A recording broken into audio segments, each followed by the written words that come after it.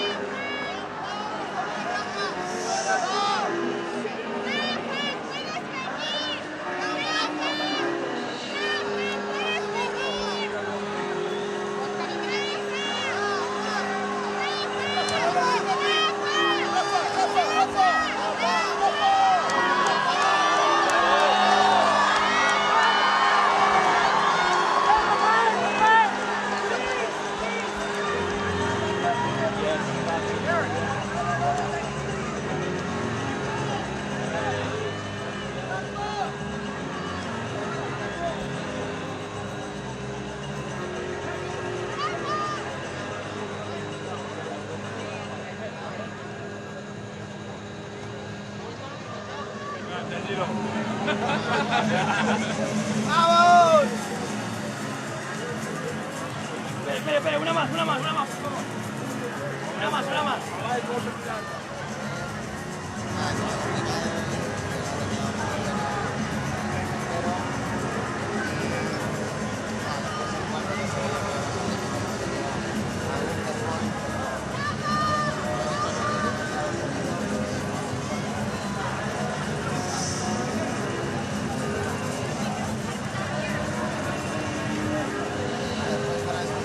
Estaba, aparte del muerto, estaba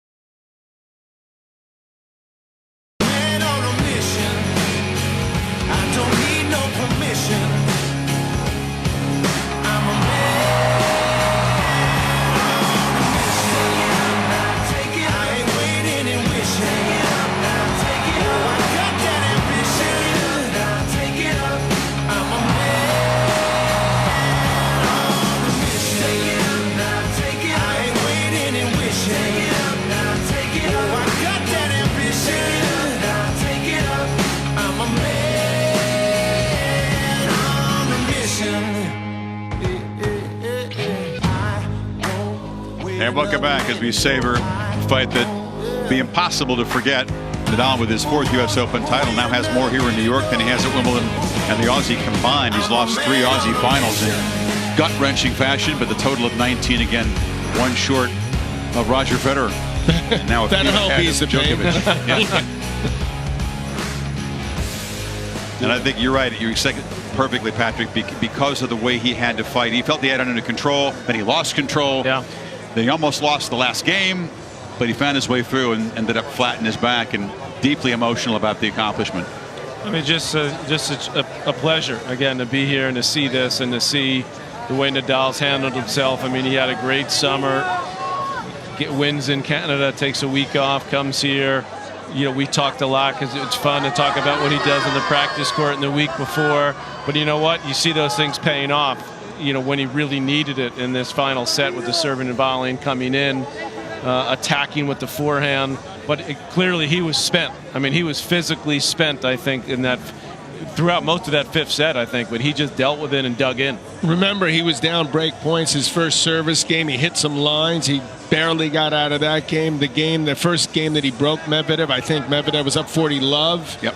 He somehow won that. Medvedev got a little careless then. Maybe the same could be said the next time you serve at 30 love, so you get down 2 breaks. You know, that's the part.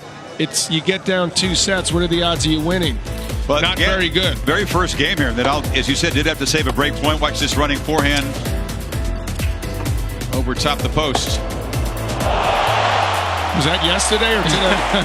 Then Medvedev 5-6, heavy shots, and Rafa with the forehand winner. Boom. Well, this is where it looked like it was going to be, you know, after that tight opening set, it looked like it was going to be 3 and out because it looked like that the way Medvedev's playing wasn't that different from how they played in Canada. But he started to make some adjustments, and then Nadal won this little tete-a-tete right there. After Rafa wins this 2nd set, you're thinking, okay. I mean, at this point, I'm thinking this is over.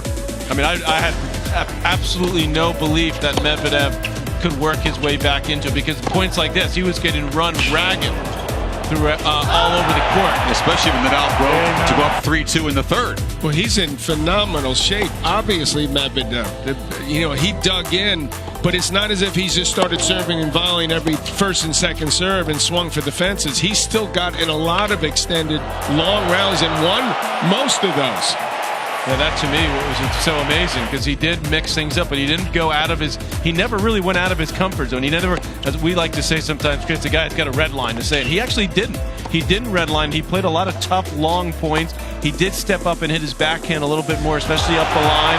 That opened up that forehand for him, and he never showed what he was feeling. And you know, he had to be feeling it. The trainer came out early in the 5th set to see him a couple of times. He had to be feeling it with that. It was an example of him stepping up his game. For a while, it wore on. Medvedev was clearly getting the edge in the longer rallies. Complete reversal from earlier. He was, and we kept saying, or I did at least, look, he's got to step in on those, especially the 2nd serve. That's how he won the 4th set, you know, on the shot where he's 25 feet beyond the baseline. Go to the 5th set, but there was a tremendous intensity even early in the set. You wondered, Medvedev, who had never won a 5-setter, 0-5 coming in, how in the world would he hold his own? He did, although it looked pretty grim when he got broken once and then twice, and it was suddenly 5-2 Nadal. This is like, you know, you take the luck as well, but that was a total miss hit, that return, and ended up costing him another service game. And then somehow Medvedev able to keep himself in at the backhand up line. That was match point down. Saves it with a big 1-2 punch. Then he also saved it with another big 2nd serve. The dropper. That gave him his 3rd match point. And he was looking edgy in this game. It's trying to serve it out for the 2nd time. Nadal, remember, he had missed a couple of routine forehand. Shanked one big time too. And as he said in the interview on the court, he was feeling the nerves. And that serve, boy, that came in handy in that final game. Such respect for Medvedev. We talked about the accomplishments this summer, but tonight is kind of a singular thing. You can win your first Masters, you can have a run of wins throughout the season. What he did tonight, what he showed, one of the great fighters ever, was that he's on the come, and he's going to be holding these trophies if he can continue to play like this. I don't think we ever thought that he'd be within one of Federer at 2019 now, that he'd have more open titles. We've talked about this on hard courts than Djokovic, who's considered the best hard courter, to win with Patrick said just a couple minutes ago. This was a guy we thought was going to break down. Now he's got more wins ever than anyone over 30. He's also got a big lead, almost 2,000 points in race points, so he's in strong position to finish a year-end #1 for the 5th time, and that would equal what Federer and Djokovic have done. Another category where you can talk about the greatest of all time conversation. We'll have to do a whole nother show on that. Well, if you want to see this match again, if you've got anything left in the tank, we are going to replay this final when we're done here, which will be in a few minutes. We don't have to say it, call it, John. Everybody can just, that's good. You already did your job. Don't worry. Boy, thank you.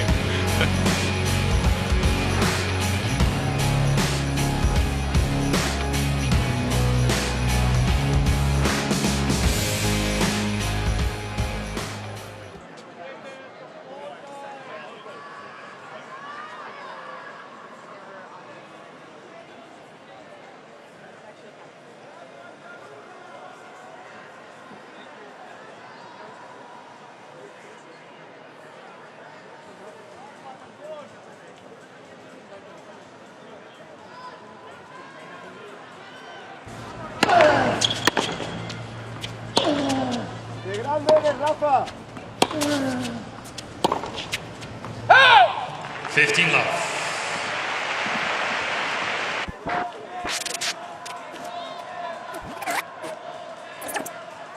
Points on his first serve all day. 6 points on his first serve all day. All day.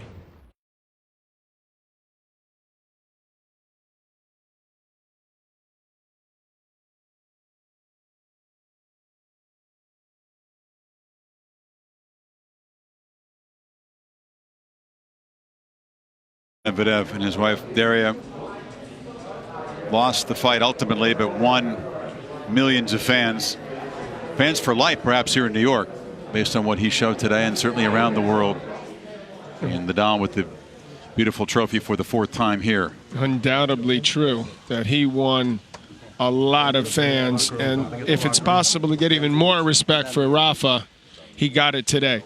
Look at this, Mr. Rinaldi gets to go right inside there. Wow. Yeah. Hugs with Tom, and you can see Rafa's name. Yeah. 2nd time in 3 years. Again, closing the decade here the way he began it, winning his first Open in 2010. Tom saying what we were all saying, wow, because that's what that was. That was a wow moment. It was one of the moments where it's like, this is unbelievable. It's awesome to be here, and what a U.S. Open. True. It was an amazing couple of weeks. I want to get your thoughts on that. Championship weekend ends with the 2 living legends on the court. Serena Williams unable to secure her 24th major as Bianca Andreescu just barges in the door and claims her place now among the superstars of the sport.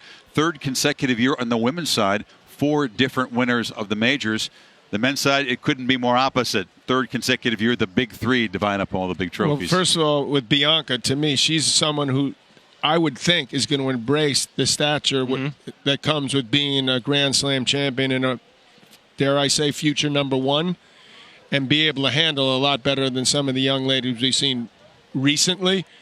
But this guy, Daniil Medvedev, we've been looking for a new young star to step up, and we saw the good, the bad, the ugly. Mainly very, very good. I say great. And so there's times where you say, I'm proud that I was a tennis player at one stage, and I still get to sit up here with you guys. Yep.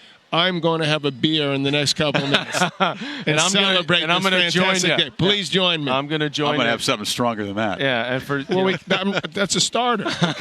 but for Medvedev to step up on this stage in this moment and do what he did and dig that deep and play that well was amazing. I agree with John. I think Andreescu's for sure number one. She's got to handle all the pressure, and obviously in Canada, she's the greatest thing ever now. But she outplayed Serena. I know Serena liked to say it wasn't the real Serena out there. That's just her just being disappointed, I think, in the result. But to me, Bianca was at her best, was just too good for Serena. I mean, she hit the ball bigger, she moved quicker, and she embraced the moment. So if she can continue to do that. What was that stat you said? Last 12 majors, 12 different female champions? 3 years in a row, 4 different winners. 4 different winners. Yeah. I see her winning majors consistently. Other breakthrough stories, we had Matteo Berrettini kind of come out of nowhere and make a deep run here. We've been looking for fresh faces, so not just Medvedev. Other guys who have been expected to step up and challenge the big three. Frankly, another disappointing major for some of those guys. We won't leave it on a down note, but there are some serious questions going forward 2020 involving other things besides the chase and the all-time leaderboard and the major titles. But that's the main thing. Who's going to actually break through? Because at the end of the day, Rafa won again. And these guys keep piling up the majors. So hopefully it will be next year, the changing the guard. The changing the guard. When is the change in the guard? We think it'll be next year, but we're not positive. Stay tuned. Have we seen any of those other young players, though, do what Medvedev did tonight? Not win, obviously, but play with that kind of heart and determination. We've seen the talent of Tsitsipas and the firepower and team have great runs at the front, but we haven't seen anyone dig deep the way that Medvedev did tonight. Well, we began the Grand Slam season down under a little claustrophobic bunker where Djokovic was so dominant that we'd never really seen Rafa look that bad in a major final and become full circle here to New York, and he digs deeper than he has before and ends the year with a punctuation mark. Always a pleasure to be with you guys. We'll toast this momentarily as soon as we get down to the bus. Yes, we shall. Yeah. And for those of you that either didn't catch all of it or you just can't stand not to watch it again, we got an encore presentation of the championship match, Nadal and Medvedev. Enjoy that.